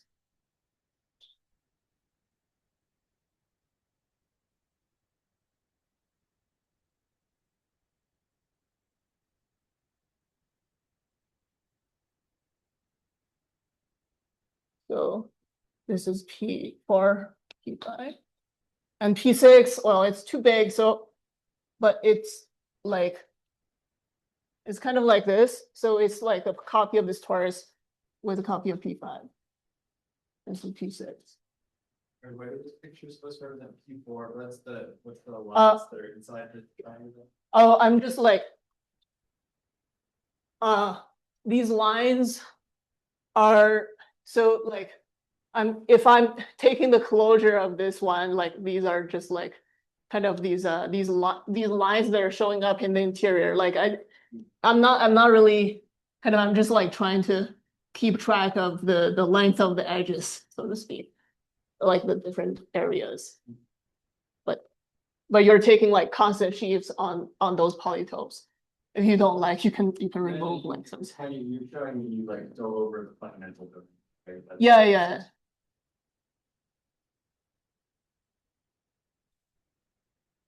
But I mean, here you have like, I don't know, there are some lines going through this.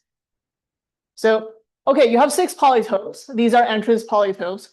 And like, if you think about toric geometry, this collection is actually telling you something because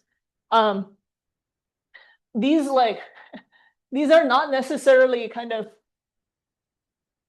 the polytopes that you get like from taking a specific toric variety. So in this collection, actually,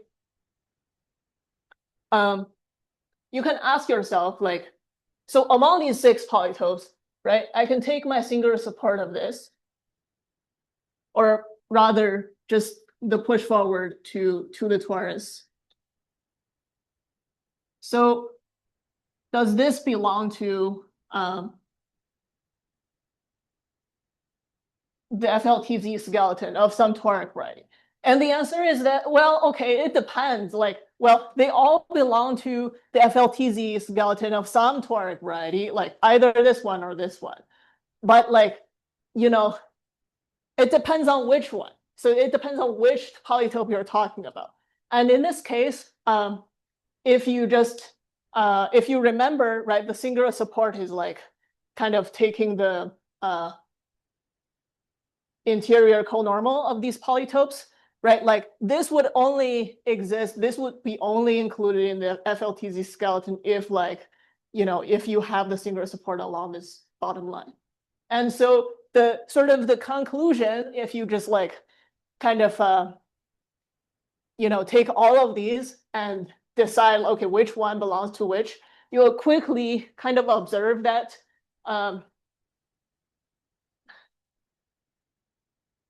so here's a lemma you can observe. If which is like so these are labeled by theta. So if negative, so if I have like D lies in, so we know this is, if this is the like the negative of the degree, this lies in some chamber corresponding to a toric variety x sigma I, then this PD, or yeah, this PD is singular supported in L of that toric variety. So it's like, you know, if it's Neff, this is the Neff polytope, so like it's exactly sort of like if you compute the twisted polytope in an F degree, it would give you this polytope sheaf that's in degree 0. But it depends on like, you know, because this covers like, you know, if you take these 6, right, it's inside this Neff cone, but you know, it depends on which chamber it's coming from. So in this case, we observe that like, so here for D2 and D6, so this is in the Hertzberg chamber. So for these, so P2 and P6,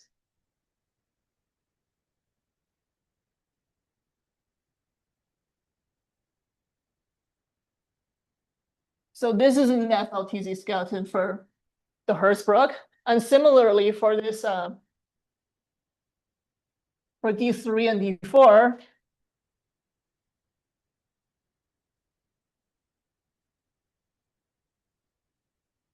so this is in the FLTZ skeleton for the other variety, for the weighted projective stack. And the remaining 2 is actually in both.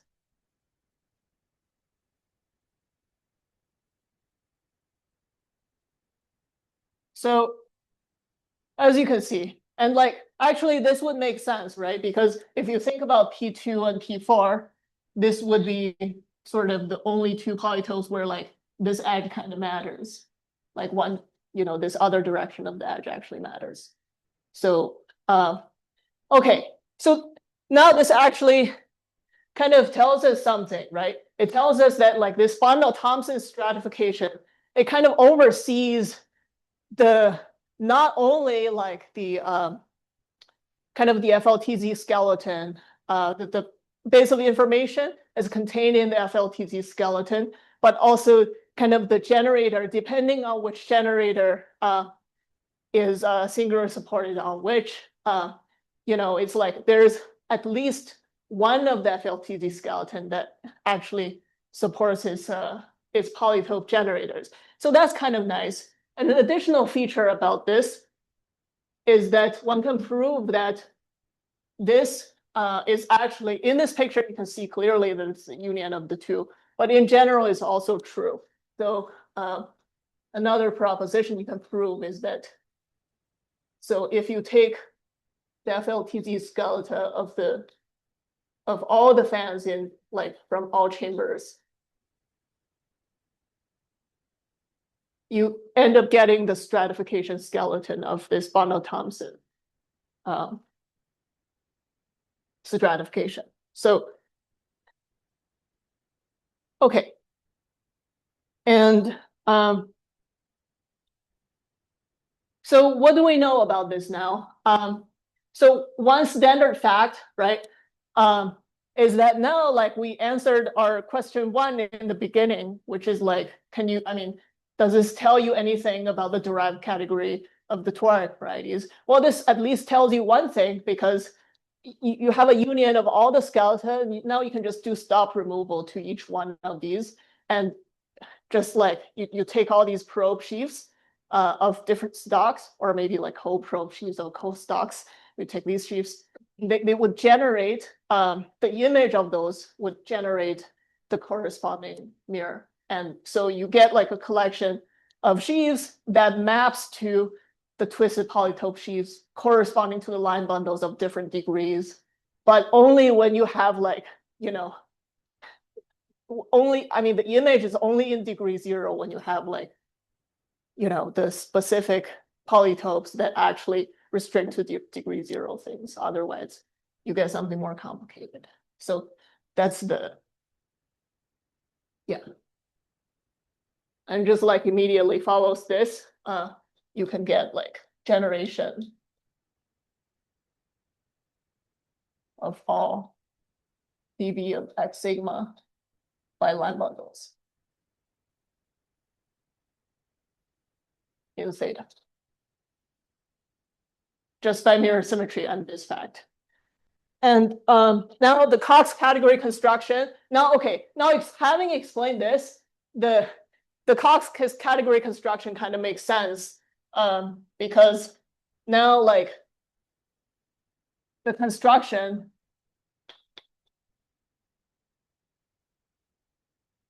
of d Cox is simply the following.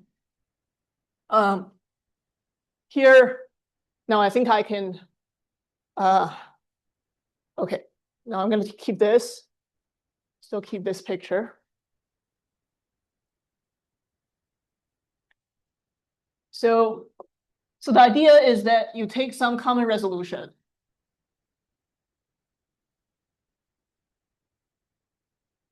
of all of the toric varieties that appear in the GIT problem from all chambers.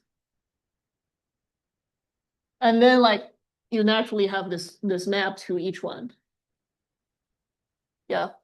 And now like you can define this d Cox by just, well, pull back all the derived categories, let them generate. And now, okay, so I told you King's conjecture is true. I mean, like, sort of like the starting point is, this is just really this question. What is, so we have this category, but what is the B side of this sheaf theta? And the answer is the Cox category. And so it's defined this way, but what are these like line bundles on this, you know, unspecified? There is no variety associated to it other than this. And I need to say that this is only a full subcategory and not the entire derived category of X tilde. And this also, this construction doesn't depend on which X tilde you pick, as long as you pick one. Okay, so now for any D in theta, you can define OX of D to be the pullback of the line bundle. Now it matters like which chamber you pull it back from.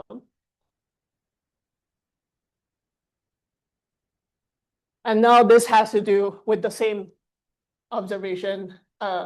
So you pull back from the chamber corresponding to a toric variety if negative of this Bono-Thomson degree, or maybe I put a negative here. Yeah, if D, which is the Neff degree, lies in the chamber corresponding to that toric variety. So this is how sort of like this, that is how you construct this line bundle, and the pattern of like which pullback that you, which toric variety to pull back from is consistent with this in here. And so now the remaining question is like you have this sort of purely algebraic construction. So I mean, over here, I should say like over here is just kind of the same picture. For these two line bundles, you pull back from the Hertzsprung. For these two, you pull back from the weighted projective stack. And for the ones in the middle, you can actually pull back from both. And so the remaining question is like, okay, is to show that this is a full strong exceptional collection. And so that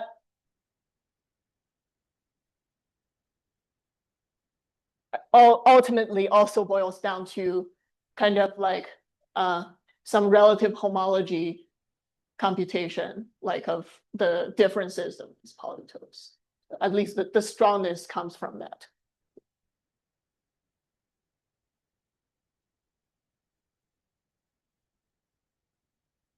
So So now, I guess.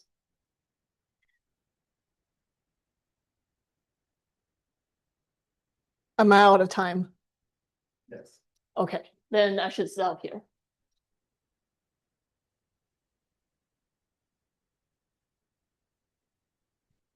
Okay, let me ask a question, which is, So the bundle Thompson collection, if I have this right, of each one of these varieties, the Hirzebruch surface and the weighted projective space, each one of them has a collection of 4 line bundles. Is that right?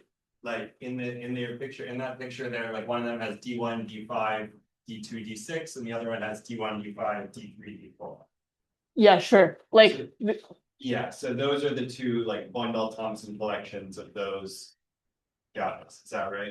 wait, like this entire 6 is the bundle Thompson collection.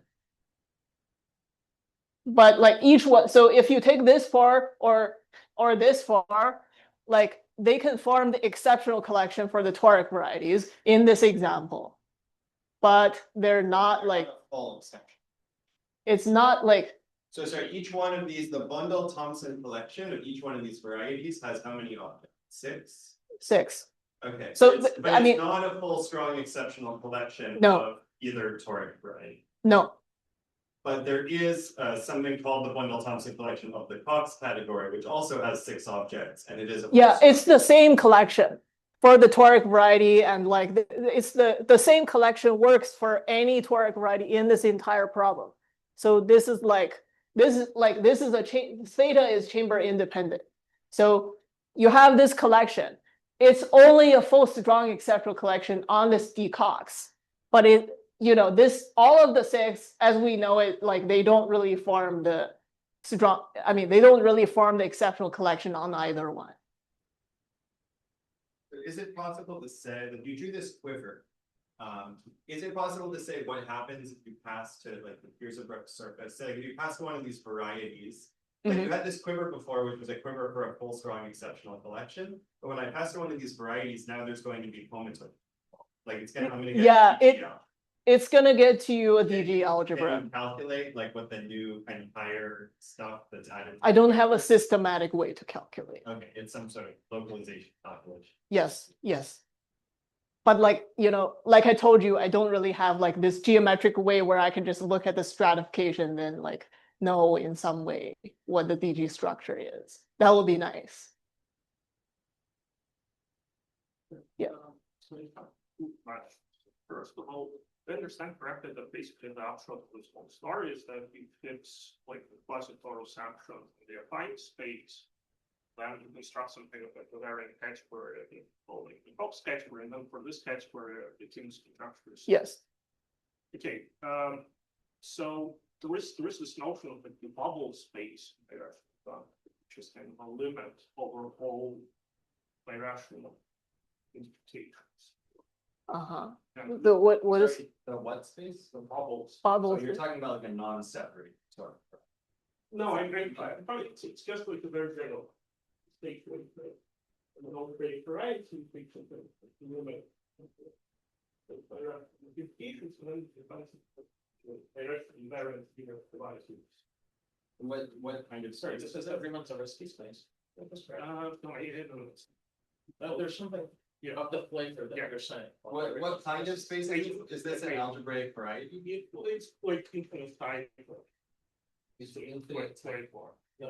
So my question is it true that in some sense, like you can take like your torus and you can take all like multiplications. You can take some kind of limit for this. Is it true that this kind of direct category of Fiat is in some sense just the direct category of that space? Yeah. I don't see how like this could come from some construction. I mean, this is like this is some far from being infinite type. You said your bubble space is somewhat infinite type. Well, I mean, maybe in this case, I mean, we have the torus sections, it will be like, well, there's something like the variant or the torus section, which is saying that there is something general theory. No, but there's like an infinite, I mean, you could consider coherent sheaves on like all possible toric compactifications or something, but like, that's like a way bigger thing. In particular, of course, coherent sheaves on some space constructed via all possible torus compactifications is what you would get if you took like all sheaves on the torus with no singular support condition whatsoever. You were talking about the Van Traub. Yeah, that's like Van Traub. And that like, yeah, I mean, I feel like this decox thing or like this thing carries some kind of flavor like that. But that category is way bigger than this. But like, is it true that in some sense we can paint this one very restricted to like the subset identifications of the rights from these specific patterns? The subset of compactification. I mean, you're saying that your beacons kind of common with like resolution or common refinement. Yeah, you take some common refinement and just you pull back, but like this kind of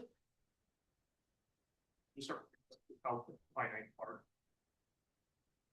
yeah, I mean you're not using this entire category.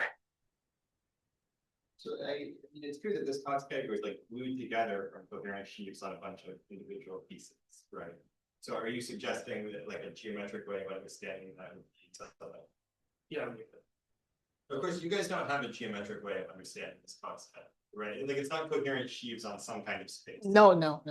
That's how this relates to just research. Well, you can take the culture stuff of just CM what the actual like. This is only a subcategory of that because you only have like this. Yeah, actually, I mean, this is actually kind of easy to see. This is like this is the equivalent to just the subcategory of that, like generated by or like these O of D or D as in theta. This is a full subcategory of like D of Cn mod C star. But this is only a full subcategory. This is generated by like all line bundles, but you only have like a specific collection. Just Very so small. Just so that people feel free to go. Let's thank Jesse one more time. All right, thank you.